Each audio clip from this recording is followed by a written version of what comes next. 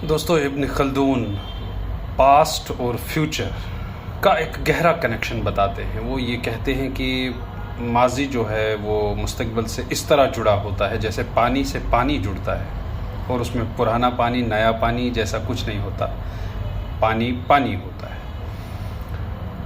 کہنے کا مطلب یہ ہے کہ ہسٹری کا فیوچر کے ساتھ ایک گہرا تعلق ہوتا ہے، اور ابن خلدون کے جو آبزرویشنز تھی، مشاہدات تھے، ہم ان سے کچھ بصیرت افروز اسباق حاصل کر سکتے ہیں.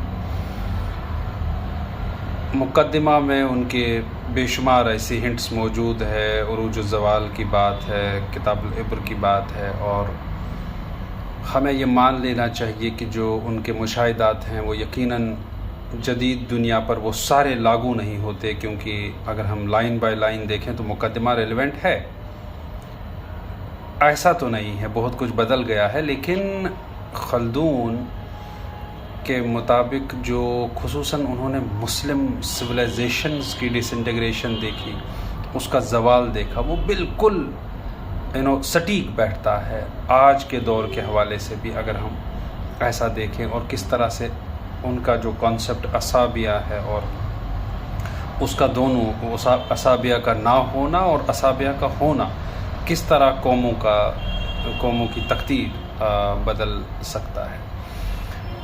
دیکھیے، ایسے 4 ایریاز ہیں جو آج بھی ابن خلدون کی تھاٹ کو ہمارے ساتھ ریلیٹ کرتے ہیں اور اس کو ہمیشہ کے لیے ریلیونٹ بناتے ہیں. سب سے پہلا ہے کہ analysis of power and the state, power کا تجزیہ اور اسٹیٹ کا کانسیپٹ. ان کا لیڈرشپ کا جو کانسیپٹ ہے آج بھی بالکل ریلیونٹ ہے. ان کا اصابیہ کا کانسیپٹ آج بھی ریلیونٹ ہے، اور انہوں نے جو زور دیا علم پر، نالج پر، وہ آج بھی اسی طرح ریلیونٹ ہے. دراصل ابن خلدون جیسے سوشیولوجسٹ کو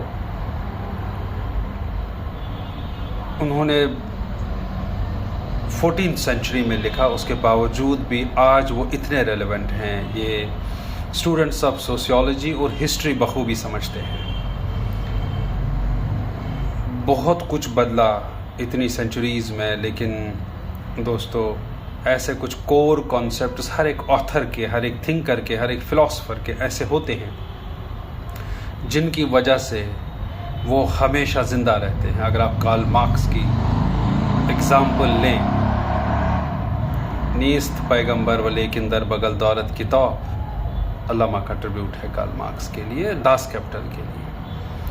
تو رہتی دنیا تک کارل مارکس اسی طرح سے ریلیونٹ ہیں. چاہے you can love marks, you can hate marks, but you can not ignore. اسی طرح اگر ہم علم العمران دیکھیں اور سوشیولوجی کا علم سماجیات دیکھیں، تو سماجیات کے اسٹوڈنٹس ابن خلدون کو کبھی بھی اگنور نہیں کر سکتے. ایون آگسٹ کونٹ کو پڑھنے کے بعد بھی اگر صحیح معنوں میں ریئل فادر آف سوشیولوجی ہے تو وہ ابن خلدون ہیں. ہاں، بس فرق یہ ہے کہ تب جب انہوں نے 14th سینچری میں بات کی ان ایشوز پر، تب ڈسپلنز الگ الگ نہیں ہوا کرتے تھے. دیٹس وائی وہ اکنامکس میں بھی اتنے ریلیونٹ ہیں، وہ ہسٹری میں بھی اتنے ریلیونٹ ہیں، وہ ایتھنوگرافی میں بھی ریلیونٹ ہیں، اور وہ سوشیولوجی میں بھی ریلیونٹ ہیں. ان کا جو اسٹیٹ کا کانسیپٹ ہے، دیکھیے کس طرح ان کو وہ ایک ایکٹیو پالیٹکس میں بھی انہوں نے حصہ لیا، جیل بھی گئے، اور انہوں نے ایسے تمام بہت سارے کورٹس میں کام کیا، بہت سارے ڈائناسٹیز کے ساتھ کام کیا.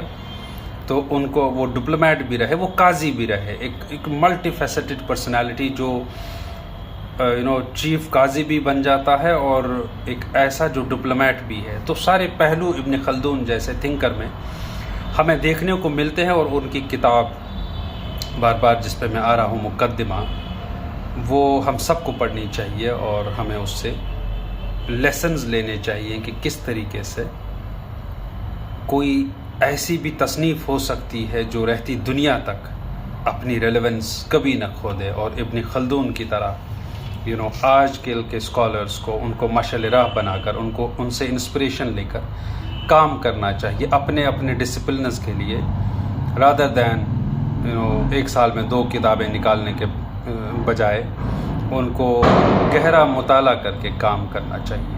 شکریہ۔